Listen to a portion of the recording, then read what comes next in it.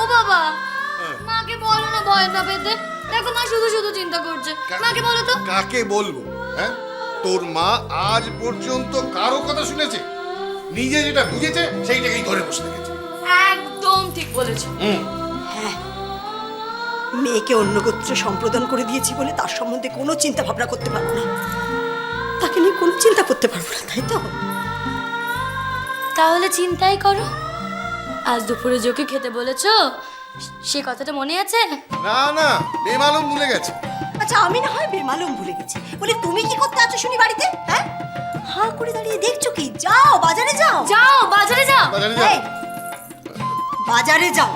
আশ্চর্য বাবা, যে দিকটা আমি দেখবো না সেই দিকটায় কোনো কাজ হবে না। আমার হয়েছে যত জ্বালা, আমি ছাই ফেলতে ভাঙা তুলে একটা বাড়িতে রয়েছি।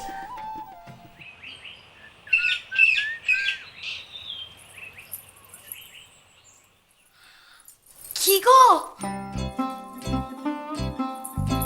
তুমি এখনো বিছানায় শুয়ে আছো কি? ওদিকে মার বাড়ির নেমন্তন্ন আছে না, এদিকে চাও তো জুড়িয়ে গেল। মুখ রেখে শুয়ে পড়ছো কি? ওঠো, তৈরি হয়ে যেতে হবে না?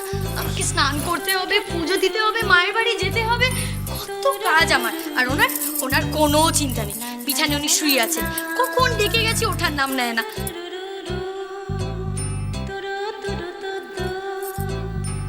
কি হলো?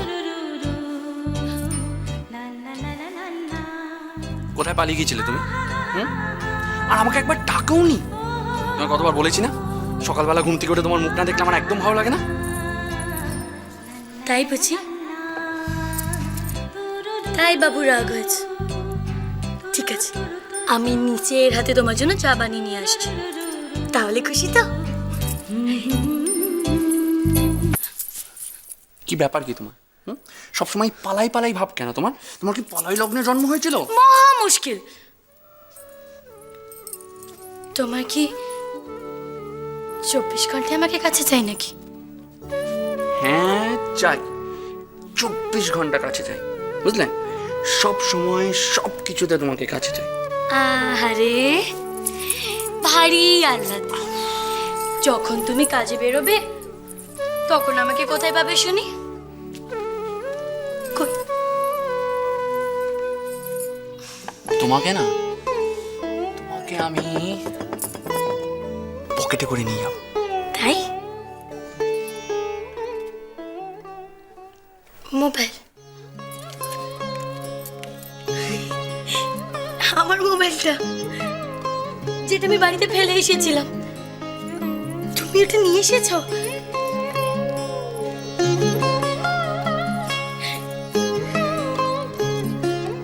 এটা এটা নতুন মোবাইল। নতুন মোবাইল? তোমার পুরনো মোবাইলটা আমি আমার কাছে রেখে দিয়েছি।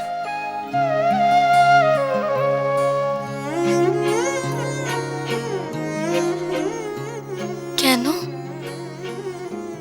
কারণ আমার পাগলি বউটা ওই মোবাইলে শুধু আমার নাম আর নাম্বার সেভ করে রেখেছিল।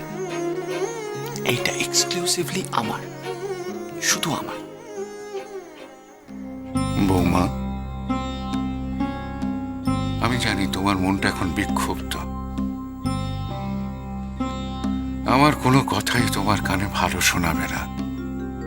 তবু অভিজ্ঞতায় বয়সে আমি তো তোমার চেয়ে বড়, তাই বলছি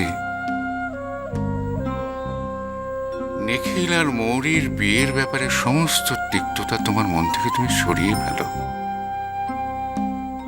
ওরা বিবাহিত, পরস্পরকে শ্রদ্ধা করে, ভালোবাসে। ওদের বিবাহিত জীবনকে তোমার সম্মান জানানো উচিত। না, সম্ভব না।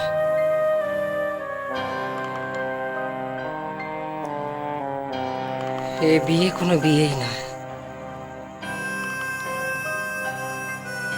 শুধু নিখিল নয়, আমার অভিযোগ আপনার বিরুদ্ধে। আপনি বয়সে, অভিজ্ঞতায় এতটা বড় হয়েও কি করে বাধ্য করলেন নিখিলকে এরকম একটা বেমানান বিয়েতে? নিখিলের মা বাবার কোনো রকম তোয়াক্কা না করে আপনি তো জানতেন আমাদের সমাজে মৌরি কতটা অচল। কমলেশকে বিয়ে করার সময় তোমার কি একবারও মনে হয়নি সে তোমাদের সমাজে কতটা অচল? আর বাবা মায়ের মতামতের কথা বলছো। তোমরা যখন বিয়ে করলে, কই আমার মতামত স্বীকৃতির তো কোনো প্রয়োজন হয়নি তোমাদের।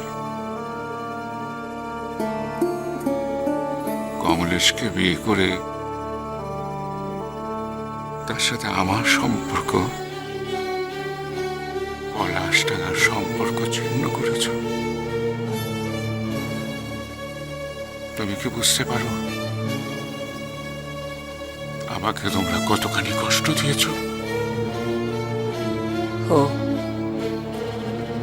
তাই বুঝি আপনি নিখিলকে আমাদের কাছ থেকে কেড়ে নিয়ে তার শোধ নিচ্ছেন?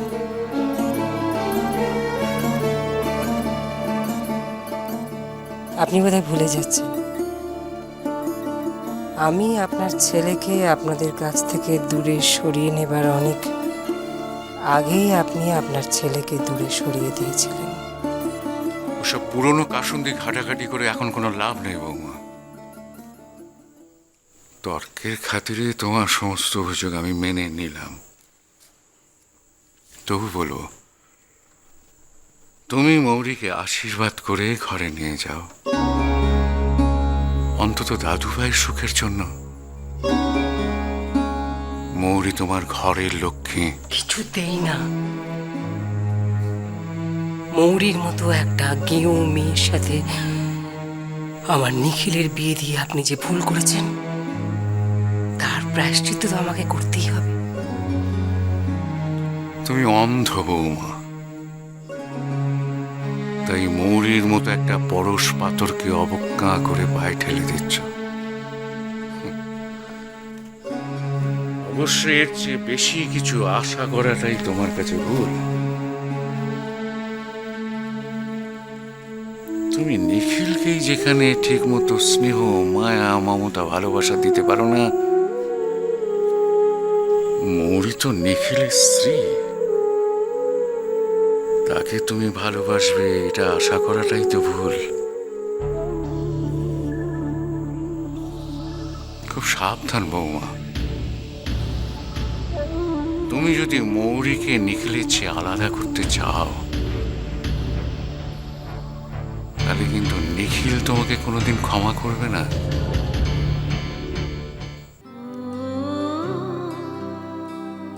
আমার পুরনো মোবাইলটা তুমি পেলে কোথায়? ওটা তো আমি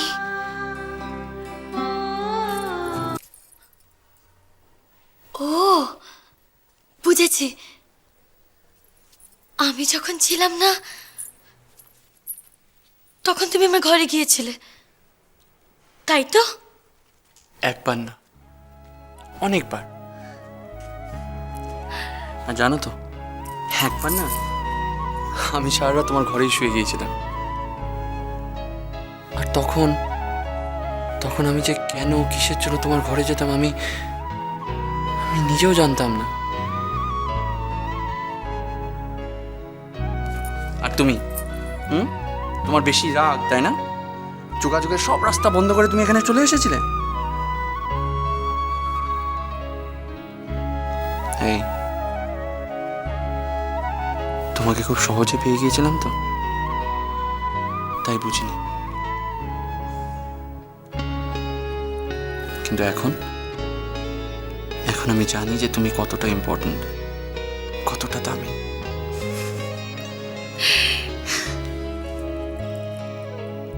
খুব না? খুব মজা হচ্ছে, খালি খালি নিজের প্রশংসা শোনা হচ্ছে। আর এই ফোনটা কি করে ইউজ করে সেটা তো জানতে হবে। দেখ, আমি তো জানি, তুমি আমাকে শিখিয়েছিলে না আগের বার, একই রকম হবে, আমি জানি।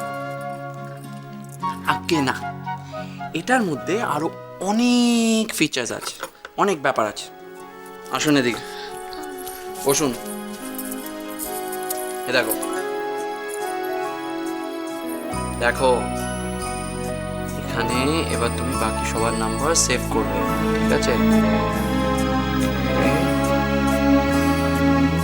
একটুকু ছোঁয়া লাগে, একটুকু কথা শুনি, তাই দিয়ে মনে মনে রুচি ফাল্গুনি, একটুকু ছোঁয়া লাগে, একটুকু কথা শুনি।